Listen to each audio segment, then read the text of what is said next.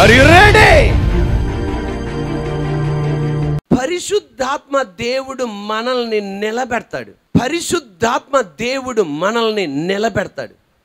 నాతో పాటు చెప్పండి, పరిశుద్ధాత్మ దేవుడు మనల్ని నిలబెడతాడు.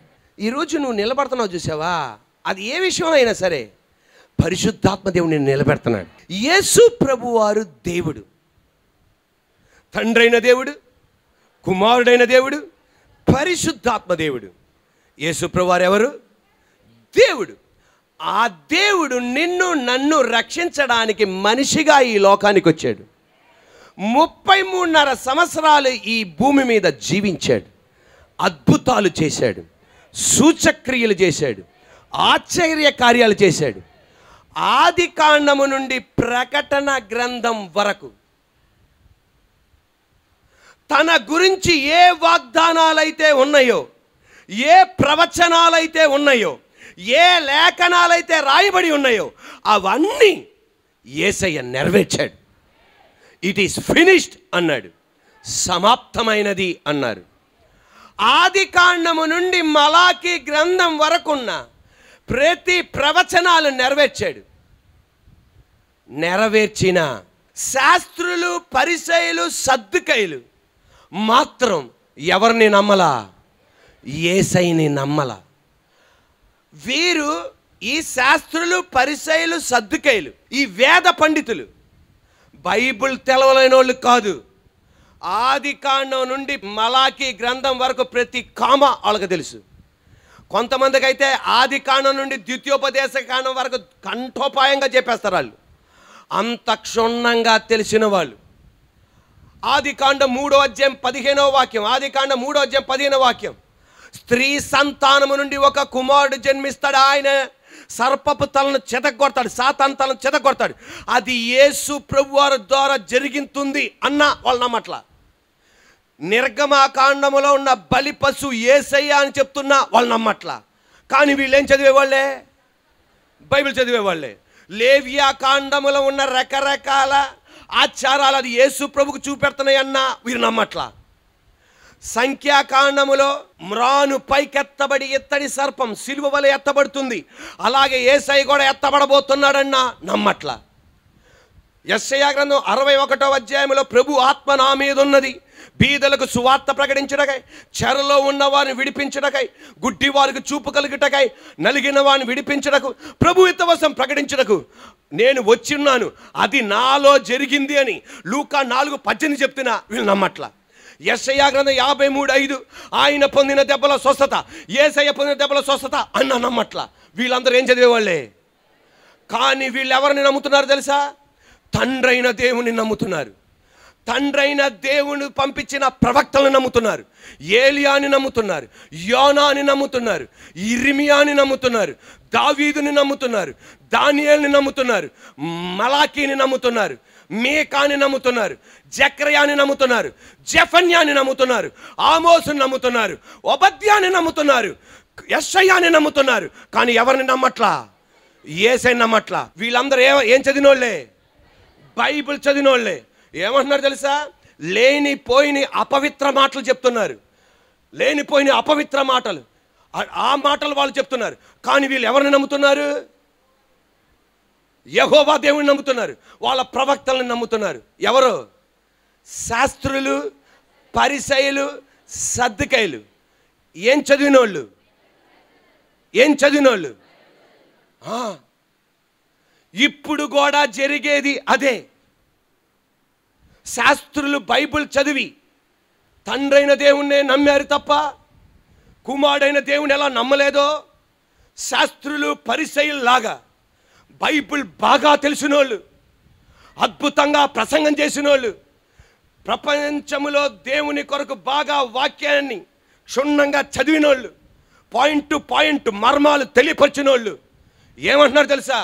తండ్రైన దేవుని నమ్ముతున్నారు, కుమారుడైన దేవుని నమ్ముతున్నారు, తండ్రైన దేవుడు చేసిన సూచక్రియలు నమ్ముతున్నారు, కుమారుడైన దేవుడు చేసిన సూచక్రియలు నమ్ముతున్నారు, ఏలియాని నమ్ముతున్నారు, శిష్యుని నమ్ముతున్నారు. ఎవరిని నమ్మట్లా? పరిశుద్ధాత్మ దేవుని నమ్మట్లా. ఆ కాలములో యేసయ్య కాలములో యేసయ్యని నమ్మలా, తండ్రిని దేవుని నమ్మారు. ఈ కాలంలో ఏ కాలం? ఈ కాలం పరిశుద్ధాత్మ కాలం. ఎవరు నమ్మట్లా? అవి ఎవరు నమ్మట్లేదమ్మా? బైబిల్ చదివిన వాళ్ళు, బైబిల్ కాలేజీ లెక్చరర్లు, బైబిల్ కాలేజీ ప్రొఫెసర్లు, గ్రీకు పుస్తకాలు పట్టుకున్న వాళ్ళు, హీబ్రూ పుస్తకాలు పట్టుకున్న వాళ్ళు నమ్మట్లా. ఎందుకు తెలుసా? తండ్రైన దేవుడు చేసిన సూచక్రియలు నమ్ముతున్నారు. యేసు ప్రభు చేసిన సూచక్రియలు నమ్ముతున్నారు. పరిశుద్ధాత్మ దేవుడు ఇప్పుడు అద్భుతాలు చేస్తానంటే నమ్మట్లా, సూచక్రియలు చేస్తానంటే నమ్మట్లా, మహిమలు చేస్తానంటే నమ్మట్లా. ఇది ఏ కాలం? యేసయ్య అన్నాడు, నేను వెళ్తున్నా, పరిశుద్ధాత్మను పంపిస్తున్నా. ఇది ఏ కాలం? ఈ కాలంలో ఎవరిని తోసేస్తున్నారు? అందుకే యేసయ్య అన్నాడు, నా ఆత్మ లేనివాడు నా వాడు కాడు. నీలో పరిశుద్ధాత్మ దేవుడు ఉన్నాడు, నీలో పరిశుద్ధాత్మ దేవుడు ఉన్నాడు, నాలో పరిశుద్ధాత్మ దేవుడు ఉన్నాడు. యేసయ్య పరలోకానికి వెళ్ళిపోయాడు. ఈ భూమి మీద ఇప్పుడు చలామణి చేస్తుంది ఎవరు? పరిశుద్ధాత్మ దేవుడు. అంటే యేసయ్య లేడా? ఉన్నాడు. పరిశుద్ధాత్మ దేవుడు నీలో ఉన్నాడు అంటే యేసయ్య నీలో ఉన్నాడు అని. పరిశుద్ధాత్మ దేవుడు నీలో ఉన్నాడంటే యేసయ్య నీలో ఉన్నాడని. పరిశుద్ధాత్మ దేవుడు నాలో ఉన్నాడంటే ఆ యేసయ్య నాలో ఉన్నాడని. నువ్వు కనుక పరిశుద్ధాత్మను తోసేస్తే యేసయ్యని తోసేస్తున్నట్టే. Are you ready? పరిశుద్ధాత్మ దేవుడు తనకు మహిమ తెచ్చుకోడు, యేసయ్యనే పైకెచ్చిస్తాడు. ఇంకొక ఈ మాట ఎప్పుడు మర్చిపోకండి. యేసయ్య చేసి వెళ్ళిపోయిన వాటన్నిటినీ ఇంప్లిమెంట్ చేసేవాడు పరిశుద్ధాత్మ దేవుడు. కృప కృప కృప అంటే అంటే అమలు చేసేవాడు. ఎవరు చేసేవాడు? అమలు చేసేవాడు. ఒక ముఖ్యమంత్రి గారు వెళ్ళిపోయారంటే మరొక ముఖ్యమంత్రి గారు సింహాసనానికి వచ్చారనుకో, ఆయన చేసిన అన్ని ఈయన ఏం చేయాలి? అది చేస్తాడో లేదో తన అవసరం, కానీ వాళ్ళ మధ్యలో ఐక్యత లేదు. కానీ ఇక్కడ అలా కాదు. యేసయ్య ఏమైతే చేశాడో ఆ రక్షణని ఇంప్లిమెంట్ చేసేవాడు, ఆ ఆదరణని ఇంప్లిమెంట్ చేసేవాడు, ఆ స్వస్థతను ఇంప్లిమెంట్ చేసేవాడు, ఆ వాక్యాన్ని నీకు ఇంప్లిమెంట్ చేసేవాడు. సత్యం, నేనే సత్యం. ఆత్మ ఎక్కడున్నదో అక్కడ స్వతంత్రం. కుమారుడు స్వతంత్రపరుస్తాడు. పరిశుద్ధాత్మ దేవుడు దాన్ని ఇంప్లిమెంట్ చేస్తున్నాడు. పరిశుద్ధాత్మ దేవుడు ఆ సత్యాన్ని ఇంప్లిమెంట్ చేస్తున్నాడు. పరిశుద్ధాత్మ దేవుడు యేసయ్య ద్వారా రక్షణనికి ఇస్తున్నాడు. యేసయ్య రక్తము ద్వారా నేను పవిత్రపరుస్తున్నాడు. యేసయ్య వాక్యం ద్వారా నేను స్వతంత్రపరుస్తున్నాడు. పరిశుద్ధాత్మ దేవుడు నేను ఆదరిస్తున్నాడు. ఇప్పుడు చెప్పండి, పరిశుద్ధాత్మతో నింపబడాలా వద్దా? ఇప్పుడు చెప్పండి, పరిశుద్ధాత్మ దేవుడు వద్దా కావాలా? ఏ కాలంలో ఉన్నాం? శాస్త్రులు పరిశీలలాగా ఉండకండి. వాళ్ళు ఏం తెలిసిన వాళ్ళు గట్టిగా చెప్పండి. ఇప్పుడు కూడా ఎవరే విమర్శిస్తున్నారు? గాబ్రియల్ దూత కన్యక మరియమ్మ దగ్గరకు వచ్చి, నువ్వు కుమారుని కనబోతున్నావు, అతనికి యేసు అని పేరు పెడతావు. యేసు అన్న మాటకు అర్థం తన ప్రజలను వారి పాపము నుండి ఆయనే యెహోవా దేవుడు కాదు, పరిశుద్ధాత్మ దేవుడు కాదు, ఆయనే రక్షించును గనుక యేసు అని పేరు పెట్టుదావు. యేసు అన్న మాటకు అర్థం రక్షకుడు. Are you ready? ఏమండి, క్షమాపణ వేరే, రక్షణ వేరే. అదేంటి? క్షమాపణ, రక్షణ, మళ్ళా క్షమాపణ, రక్షణ. క్షమాపణ అంటే నేను పొరపాటు చేశా, దేవా నన్ను క్షమించయ్యా అన్న, నాకేం జరుగుతుంది? చెప్పండి అమ్మా. నా పాపతో ఏం చెప్పానంటే, అమ్మా ఎదర కాలువలు తవ్వుతున్నారు, మెయిన్ గేట్ దాటి బయటికి వెళ్ళొద్దు అన్న. నేనేం చేశానంటే ఆ గది నుండి ఇంకొక గదికి వెళ్ళా. ఎలాగానే నా పాప బయటికి వెళ్ళిపోయి గేట్ తెరుచుకొని అలా అడుగు పెట్టే లోపల పెద్ద గుంట్లో పడిపోయింది. గుంట్లో పడగానే డాడీ డాడీ డాడీ డాడీ అంతే. ఆ స్వరం నాకు వినపడగానే గబ గబ గబ గబ గబ వచ్చి నా కన్నులు నా పాప మీద, నా పాప కళ్ళు నా మీద పడినాయి. వెంటనే ఆమె దుఃఖపడి డాడీ నన్ను క్షమించు అంది. ఏమంది? క్షమించు అనగానే నేను కూడా ఏమన్నా క్షమించేశానమ్మా అని చెప్పేసి అలా వెళ్ళిపోయా. దాన్ని ఏమంటారు? క్షమాపణ. దాన్ని ఏమంటారు? ఇప్పుడు చెప్పండి, నేను బయట తీసుకొచ్చానా? కానీ నేనేం చేశా? క్షమించా.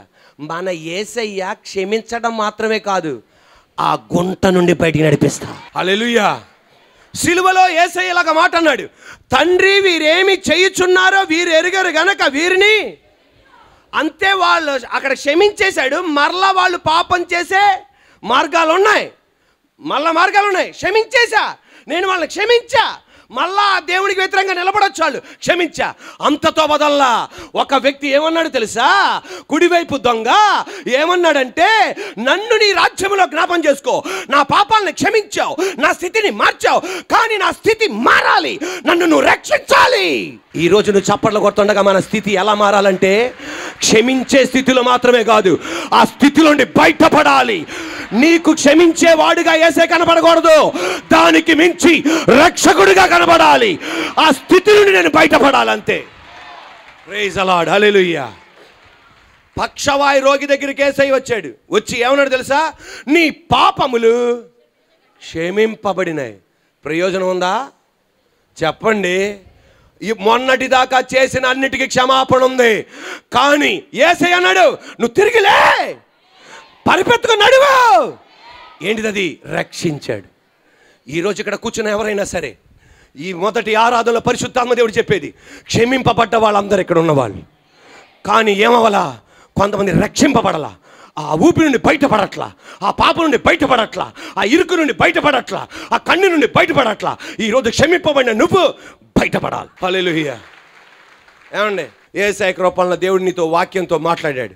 వెంటనే, ప్రభువా నన్ను క్షమించు ప్రభువా, నేను తాగాను తండ్రి, మత్తుపానీయానికి బానిస అయిపోతాను ప్రభువా, నన్ను క్షమించు ప్రభువా. క్షమించాడా లేదా? చెప్పండమ్మా, క్షమించాడా లేదా? మళ్ళా సోమవారం కూడా మళ్ళా తాగేసేసి, ప్రభువా నన్ను క్షమించు ప్రభువా, నన్ను క్షమించు ప్రభువా. క్షమించాడా లేదా? నోరు తెరవలేకపోతున్నారేట.